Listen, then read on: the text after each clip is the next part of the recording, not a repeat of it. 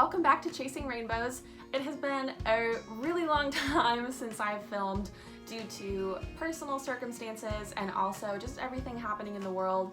It really felt appropriate to take a step back and rest and recover and educate myself about all the different movements happening right now in the United States. So I felt it was appropriate to not post anything. So I'm back. Part of the reason that I was gone as well is because last Thursday I had what is called a Hystersalpingogram, or an HSG. So that is an x-ray procedure where they insert a catheter inside your cervix with an inflated balloon and release this kind of liquid iodine dye to see on the x-ray if your fallopian tubes are blocked. So I really felt led to post a video about my experience with that because I felt like everything that I saw online was inaccurate and I wanted to put out there my experience with an HSG. So I'm gonna go ahead and hop right in. Before the HSG, my doctor asked me to refrain from eating or drinking any gassy foods or beverages that could make me gassy, basically.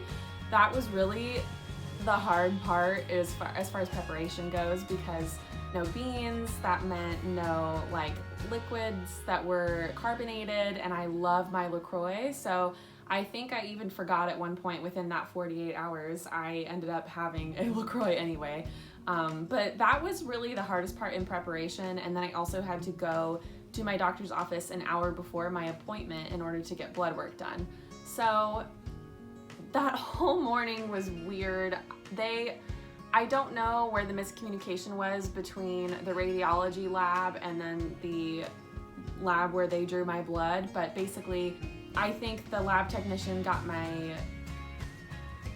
the date for the request for my workup done, I guess. I'm having a hard time explaining it, but basically I was going back and forth between radiology and lab the morning of because the lab was saying that I didn't need any blood work done. They kept asking me over and over if I was there for a blood pregnancy test, and y'all, I was like, no, I'm here because I can't get pregnant. I'm not here for a pregnancy test. So it was all fine and good. The radiology receptionist really helped me figure out what was going on that front, and it was definitely the lab technician's fault. So that was a little discouraging, but they got all my blood work done beforehand, and then I went and I waited in the waiting room. I had to take ibuprofen 30 minutes before my procedure, so I did that, and I ended up having to wait in the waiting room for about 35 minutes. That was probably the worst part of this whole thing, was the wait, aside from the procedure itself. And thankfully I brought a book. I started rereading the Sisterhood of the Traveling Pants books, so I was definitely occupied, but my brain was just ping-ponging because I had no idea what to expect. I had no idea how invasive this procedure was going to be and also how painful it was going to be. The x-ray technician called me in and she had me, it's the traditional thing where you can leave your top on, but they ask you to strip from the waist down basically and put the hospital gown over. So I did as she asked, and she was really nice, and she kept making small talk, and everybody kept asking me that day, is there any chance you could be pregnant? And I know now, of course, hindsight is 2020, that the reason they keep asking you is because it would be extremely harmful to do this procedure while pregnant in your very early stages, basically. But I kept getting frustrated because I was like, you guys, I am here because I can't get pregnant. Stop asking me. So I was getting more frustrated, more just wanting to be done with the procedure. But my x-ray tech and my doctors were really great. I feel like I had one of the best experiences you can really have with a hystersalpingogram. My x-ray tech held my hand through the whole procedure, especially when it got really painful. I could not have asked for a better x-ray technician. She was basically babysitting me the whole time, but I didn't care because I didn't bring my husband with me. In retrospect, I should have. I should have had somebody drive me and take me home, but she was awesome, and she walked me through exactly what was going to happen, and then the doctors did as well. So they told me all the possible side effects, and I'm thanking God every morning that I've had no side effects. I had bleeding the day of, and that was it, and I was really, really woozy for about a day or two. But other than that, I really, truly had the best experience with this. So they had me lay on this really long table, and this x-ray machine, it looks like half of an MRI machine. I've never had an MRI, but I've seen them, like the machines in movies and on TV. So it was like half, you know, it was like a C shape. So it was like, this was the top part of the machine and there was all these crazy buttons, and then this is the bottom, and then there's a table where I'm laying right in between like this. Anyway, they end up, you know, having me put my feet in the stirrups like a typical pelvic exam with my gynecologist, and they inserted the catheter and I was totally fine. They used a rubber catheter with me. I think sometimes the rubber catheters don't work as well and they have to use plastic, which is much more uncomfortable.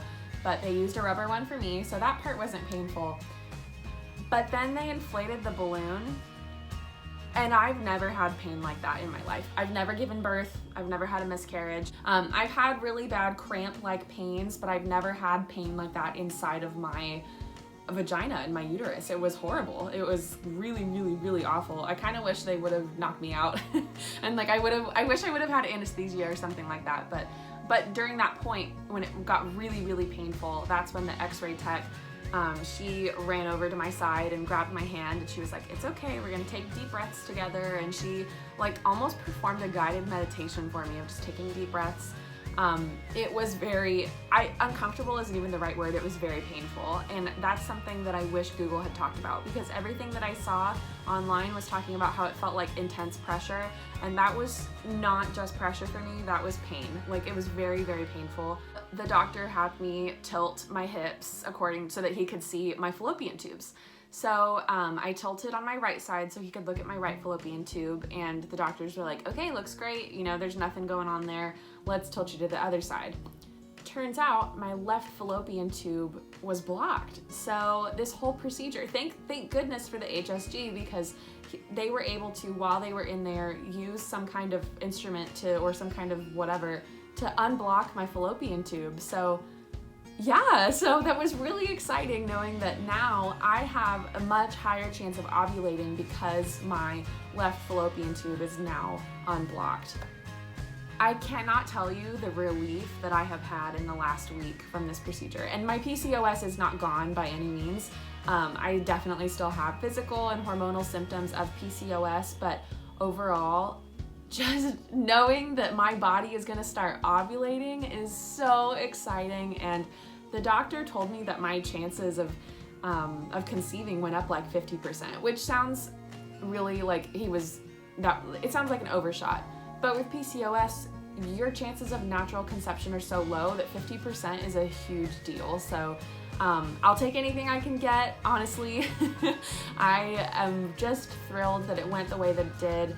Like I said, after the procedure, I was woozy. I did have to lay down for a little while, and the x-ray tech sat with me the whole time, and she was really personable and conversational and really kept my mind off of my pain. And then after a while, I put my clothes back on and I left for the day, and I let myself rest and relax. And that's something that's really hard for me. If you know me personally, you know that I can't really sit still. If I'm home, I feel like I need to be doing something pretty much constantly. So I didn't cook dinner that night. I think we had Mexican food DoorDashed here. My husband was really sweet, making sure I didn't have to get up or anything, and he didn't wait on me hand and foot, but it felt like that. And as for somebody who's really independent and doesn't want to rely on anybody, that was hard. But overall, I feel great. I am so looking forward to what's gonna happen next. And I have also been in this place of trying to not put so much pressure and such high expectations on myself, because the doctor did tell me, I guess the last hystersalpingogram that these doctors did on another woman in my area, they did this whole procedure and she got pregnant in a month and was able to have a baby. So they said, you know, even though you have PCOS, that's a realistic possibility, which was wildly exciting to hear. This is the first time I've talked about it and I haven't cried, because I've been just so relieved that there is hope on the horizon for my journey. And I know that I am meant to be a mother someday, whether biologically or through adoption. So I know that BK, or Baby Coppola, my last name is Coppola, I've been praying for Baby Coppola for years, and I affectionately started calling future Baby Coppola BK. So I know BK is gonna come to us through one avenue or another. I don't know what that looks like at all because I can't, unfortunately, tell the future. But I feel much more optimistic and much happier in regards to parenting now, because I know that it's just a possibility to have a baby of my own someday. And it might take a while, and so I keep trying to, talk myself down a little bit. But overall, I feel like I had a really great hystersalpingogram experience. I really just explained the nutshell of my whole situation to you guys. So if you have any specific questions, please feel free to comment down below, or head over to my Instagram and DM me there. I am more than happy to answer any questions you guys have. It was definitely a daunting and invasive procedure to go through, so I know, I've been there. So if you need advice, you need just somebody to talk to, you need somebody to pray for your procedure, or anything that you have going on, please let me know. I am an open book. This whole platform and this community that I've been working really hard to build has just really brought my heart great joy. So I just want you guys to know that, and I hope you guys have a fantastic weekend, and I hope you're enjoying your summer so far.